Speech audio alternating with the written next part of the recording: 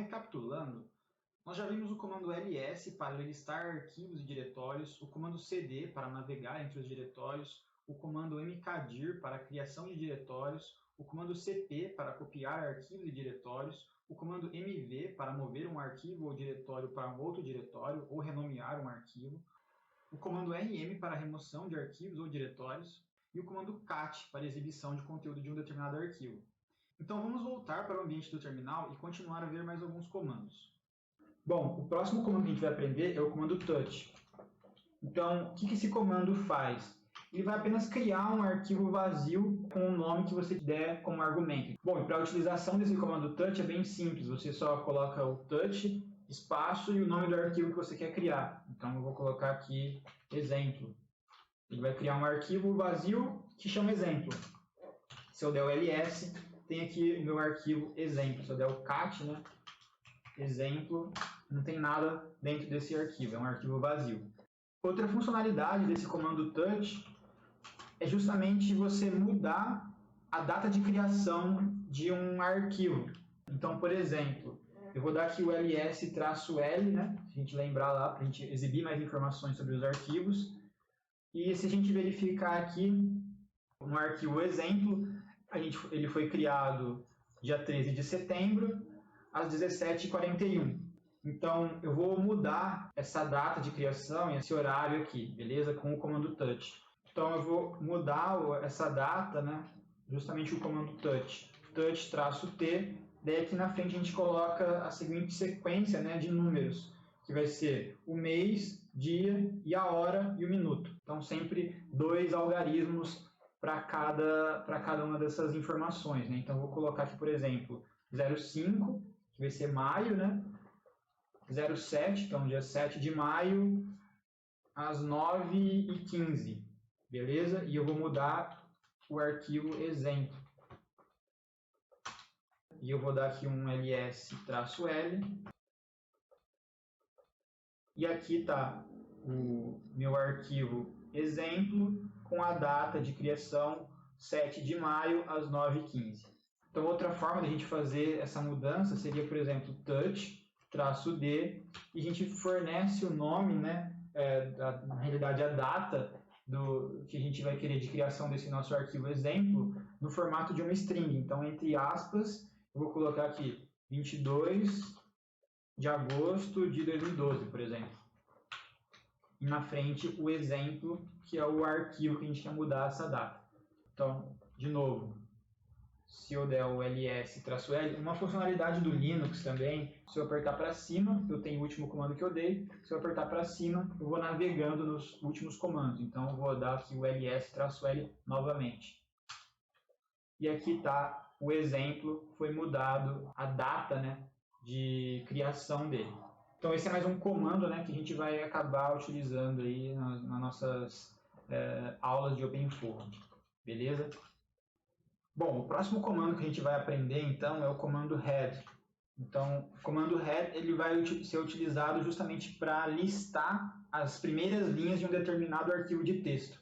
Então, eu sei que dentro do meu diretório aula-intro-linux tem um arquivo de texto lá. Então, eu vou voltar lá para esse diretório para a gente executar esse comando head. E depois eu volto no diretório 03 e executo esse mesmo comando estando no diretório 03. Então, para a gente voltar lá para o diretório aula-intro-linux, é cd, ... Então, eu diminuo um nível do meu diretório, vou estar no meu diretório, ... diminuo mais um nível, barra direita, ... e aí sim eu estou lá no meu aula-intro-linux. E se eu der um ls, eu tenho aqui esse arquivo linhas. Bom, então eu vou dar um cat para verificar o conteúdo desse arquivo linhas. Então, são um arquivo de texto que tem aí as frases linha 01, linha 02 até a linha 25. Se a gente dá o comando então head-10 e o nome do arquivo, no caso é linhas, ou o caminho para esse arquivo, né, que é o que a gente vai fazer posteriormente, a gente consegue visualizar aí essas 10 primeiras linhas desse arquivo linhas. Ou, por exemplo, vou colocar aqui 3. A gente consegue visualizar as 3 primeiras linhas. Só lembrando, a setinha para cima, a gente consegue viajar nos últimos comandos utilizados pela gente, beleza? Então, só apertei para cima e voltou o mesmo comando, a gente pode colocar aqui 7, enfim.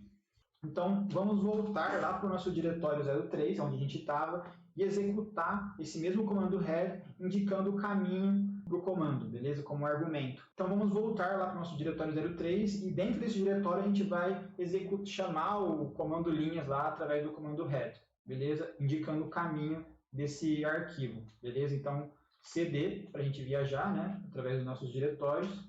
Então, diretório 01, meu diretório, diretório 03, e a gente está lá no diretório 03 agora como diretório atual. E aqui eu vou colocar o head, traço 10, para mostrar as 10 primeiras linhas, e a gente indica o caminho para a gente chegar até o arquivo. Então, ponto, ponto, ponto, ponto, ponto, ponto. Então, primeiro a gente desce para o meu diretório, para o diretório 01, e depois para o aula-int-linux. E agora sim a gente chama o arquivo linhas. E está aqui a gente conseguindo executar esse mesmo comando, sabendo que existe o arquivo linhas dentro do diretório aula-int-linux e estando dentro do diretório 03 ou qualquer outro diretório que a gente esteja, desde que a gente saiba e indique o caminho correto até esse arquivo. Então, vamos passar para o próximo. Bom, então da mesma forma que a gente tem o comando head para mostrar as primeiras linhas de um arquivo de texto, a gente também tem o comando tail, que vai mostrar as últimas linhas de um arquivo de texto. Então aqui eu vou dar o comando tail, traço 7, para mostrar as últimas 7 linhas, e eu vou indicar a localização do meu arquivo linhas. Então, ponto, ponto, barra, ponto, ponto, barra, ponto, ponto, agora eu estou lá no aula-int-linux, barra, linhas. E aqui a gente consegue ver o resultado, né? As últimas 7 linhas do nosso arquivo linhas, que está lá no diretório aula-int-linux, beleza? Então eu vou mostrar outra funcionalidade desse comando tail, que é a possibilidade de ir acompanhando um arquivo de texto que está sendo atualizado. Então, para fazer isso, eu vou retornar lá para o aula-int-linux, lá tem um script que eu vou ter que utilizar. Então, para fazer isso, eu vou utilizar o cd, cobrinha, barra para a direita, aula-int-linux. Essa cobrinha, ou tio, né, é uma outra forma da gente indicar o diretório home. Então, aqui eu estou indicando, ó, partindo da home, eu quero entrar na aula-int-linux com o comando cd. Então, pressionando Enter, estou lá no aula-int-linux, vou dar um ls, e aqui a gente consegue verificar que a gente tem esse arquivo escreve.sh. Então, eu vou visualizar o que tem dentro desse arquivo escreve.sh com o comando cat. Então aqui a gente consegue visualizar o que tem dentro desse arquivo escreve.sh. Então ele é um script, né, que ele vai jogar para dentro desse arquivo atualiza a seguinte frase, escrevendo o número 1, escrevendo o número 2, escrevendo o número 3, até o número 10, e em intervalos, né, de 2 segundos em cada frase dessa. Então, com isso a gente vai ter, ao final, um arquivo que está sendo constantemente atualizado e a gente vai poder visualizar com o comando tail as últimas linhas desse arquivo. Então, vamos rodar esse script. Para a gente rodar esse script, a gente utiliza o comando bash. Então, bash e chama o nome do script, que no caso é o escreve.sh. E eu vou utilizar esse e-comercial para rodar esse comando em segundo plano. Assim eu consigo, e eu vou utilizar esse e-comercial para rodar esse comando em segundo plano. Assim eu tenho a liberdade de continuar utilizando o terminal. E, por exemplo, se eu não colocasse esse e-comercial, ao rodar esse script, eu não conseguiria rodar nenhum outro comando até que esse script estivesse completamente terminado ou tivesse sido concluído. Beleza? Então esse e-comercial vai me permitir que eu continue rodando comandos aqui no terminal. Então, eu vou rodar o script e em seguida vou rodar o comando tail, -f e o nome do meu arquivo, que no caso é o atualiza. Vou rodar o script, então estou rodando, e eu vou rodar o comando tail, -f e o atualiza.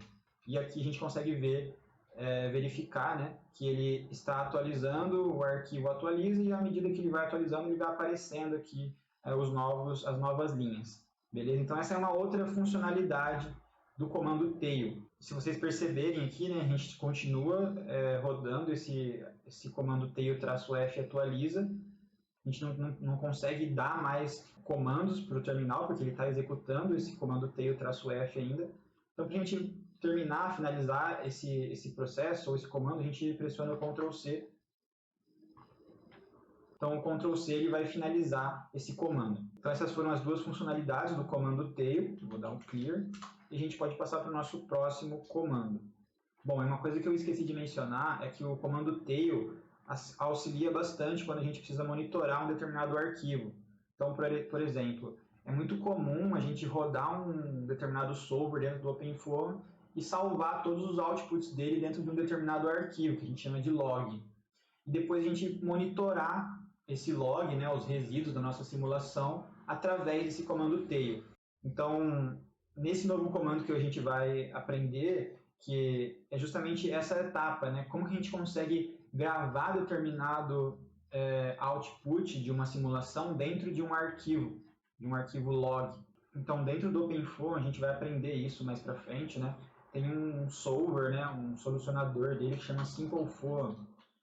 Então, se, por exemplo, lógico, eu não tenho nenhum caso setado aqui, mas eu tenho o OpenFOAM instalado, e se eu der um comando para ele, já que eu não tenho nenhum dos arquivos configurados, não tenho nada configurado certo aqui no OpenFOAM, ele vai dar um erro para mim quando eu rodar esse solver, certo? Então, tá aqui, ele deu o erro, e eu só quero mostrar esse erro para vocês, para justamente a gente conseguir rodar ou utilizar, né, esse nosso próximo comando, que é o comando TE. Então, por exemplo, é de praxe a gente rodar o solver, né? Então SimpleFOAM, e a gente coloca uma barra reta e TE e o log.output. Então, o que esse comando TE vai fazer, né? A gente vai rodar o SimpleFOAM, vai rodar o solver, o solucionador lá do OpenFOAM, e a gente vai gravar todos os outputs que saírem da simulação para esse arquivo log.output. E esse comando TE nos permite ficar monitorando em tempo real esse arquivo log.output. Então, eu vou pressionar o Enter aqui e vocês vão ver que ele vai dar esse mesmo erro aqui e depois a gente vai ter, ao final, um arquivo log.output dentro desse diretório aula-intro-linux. Então, vamos só fazer esse teste, ó. Vou dar o Enter, então ele deu o mesmo erro, porque a gente não tem nada configurado do OpenFOAM. Eu vou dar um ls aqui, para vocês verificarem os arquivos que eu tenho aqui no meu diretório. Aqui tem esse log.output, se a gente visualizar o que tem dentro dele, é justamente a mensagem, né, do OpenFOAM até o erro. Então, essa é uma maneira e um comando do Linux também, esse TE, né, e um arquivo de texto que a gente quer jogar esse output e monitorar ao mesmo tempo, de ficar acompanhando o andar da sua simulação. Então, mais um comando aí que a gente pode estar utilizando.